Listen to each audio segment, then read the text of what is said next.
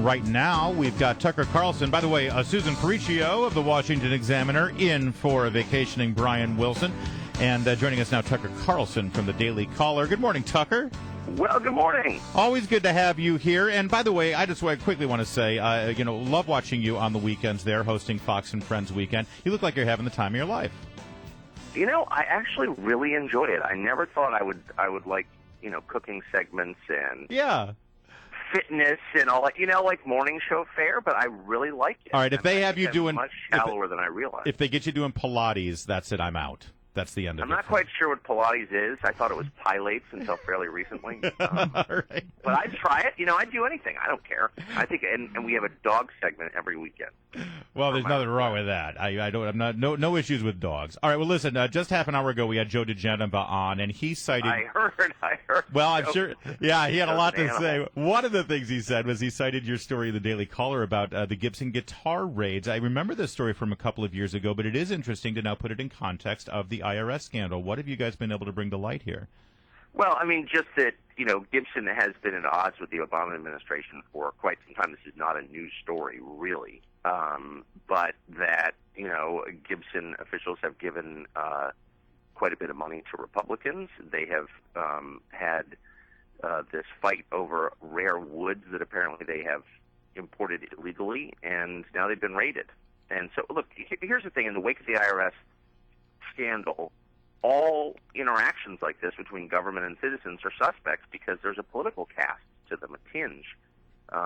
There's a suspicion that that the Obama administration is using its power to crush people who disagree, and this may be another example. Well, and you saw Rand Paul over the weekend basically say that. He says that basically the Obama administration has lost the trust of the American people in administering these agencies of the government in a fair and even-handed way. Is that, beyond this being like a Watergate situation, is that really the takeaway that the GOP can have from this and basically call into question, as long as the government keeps getting bigger, it holds itself open to be politicized in this way?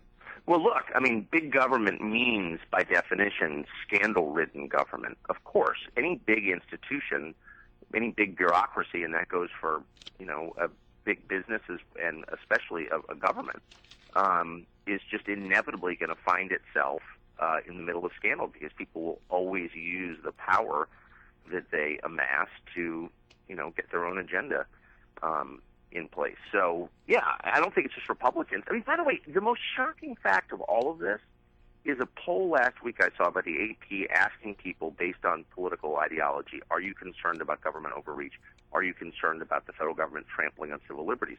And it showed that the more liberal people were, as they described themselves, the less worried they were about civil liberties. And I thought, this is a complete inversion of my childhood, for example. When I was a kid, you felt like liberals, whatever else, they were for, were sort of concerned about civil liberties and, the little guy and all that.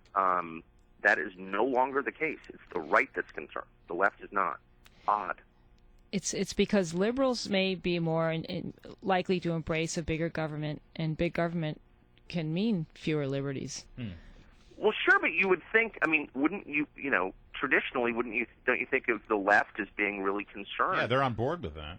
Mm-hmm. Yeah, but they're not concerned about civil liberties, it turns out. Yeah. And, this is not, an editorial. This is a fairly straightforward poll of people's attitudes. And I think that's scary. That was like the one good thing, from my perspective, that the left did, was constantly remind us that it's pretty easy to crush the individual, right? So, beware of bigness. And now they're completely on board with the modern police state. And I think that we've lost something in the process. That's scary. That's very scary. So, Tucker, I'm wondering what you think of Bob Dole's comments this weekend, where he was talking about the state of the Republican Party. There's a lot of talk about there being a divide right now and divergent paths for people in the party. And he talked about the idea of, that the party should be closed for repairs, he said, while they do some reconfiguration. What do you think of that? And what do you think that says about the state of the Republican Party if Bob Dole is making these kinds of comments? Well, Dole has always been, from the moderate wing of the party, but he's a wise person. He's certainly been around an awful long time. He's been involved in Republican politics for 60 years, and he makes a really good point. Look, there is no consensus on what it is to be a Republican. What is the core core set of ideas that unites all Republicans, that's less and less clear. Is it, a total resistance to tax increases? Well, that can't be true based on what happened at the first of this year. Is it, an all-out defense of the Second Amendment? No, there's no consensus on that. Is it foreign policy? No, they're all over the map, from Rand Paul to Marco Rubio, from neo-isolationist to neoconservative. Do you think it's necessary for there to be some kind of unification on these issues? I do, because look, it's a broad coalition, and they've always, been united in something. The Democratic Party is united in its belief that you get stuff from government, so that's why teachers unions and labor unions and the immigrant groups and all these different groups are united under this umbrella called the Democratic Party, because they all are looking for government largesse. I'm not criticizing it. That's a unifying principle. I disagree, but it makes sense. What unites the Republicans other than opposition to Obama? Not a lot. There's got to be some kind of ideological consistency, or they won't hang together in tough moments like this. Like, they all oppose Obama, but what does that mean? Unless they agree on a set of principles, they're not going to remain cohesive, for example, in the Congress when they need to be. All right, Tucker, time to let Tucker be Tucker. I've got. You're going to love this.